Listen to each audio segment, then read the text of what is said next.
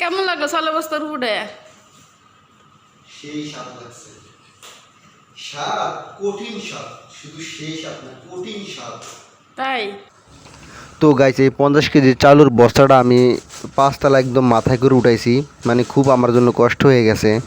তো গাইস আপনাদের কাছে আমার একটা রিকোয়েস্ট থাকলো, আমার ভিডিওটা দেখা শেষ হলে আপনারা অবশ্যই আমার চ্যানেলটা সাবস্ক্রাইব করে দিবেন এবং পাশে থাকা নোটিফিকেশন বেলটা অবশ্যই বাজিয়ে দিবেন। তো আসলে মানে ছোটোবেলায় মানে অনেক ধানের বস্তা টানছি, কোনো সমস্যা নাই, কিন্তু ঢাকায় এসে এইসব কাজ করা হয়নি কখনো। সেই জন্য 50 কেজি চালের বস্তা উঠাইতে আমার খুব কষ্ট হয়ে গেছে। তো আপনাদের এইসব কাজ করা যদি অভ্যাস থাকে অবশ্যই আমাকে কমেন্ট করে বলবেন।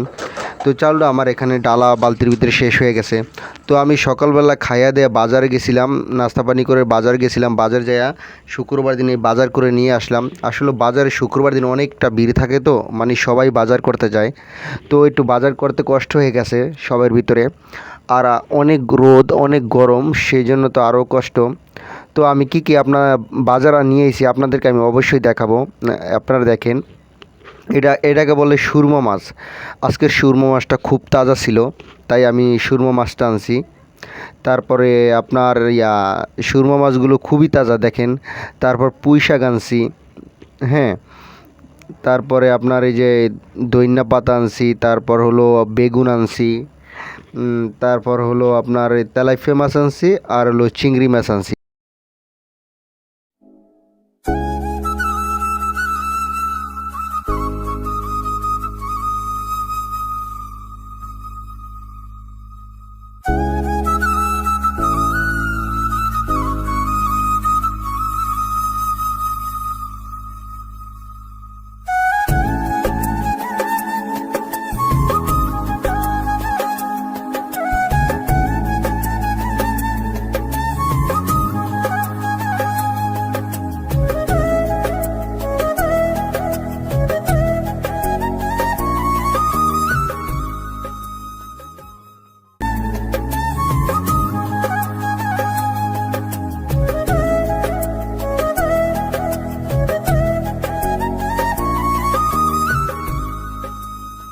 তো গাইস শুক্রবার দিন আমার এই পর্যন্তই বাজার।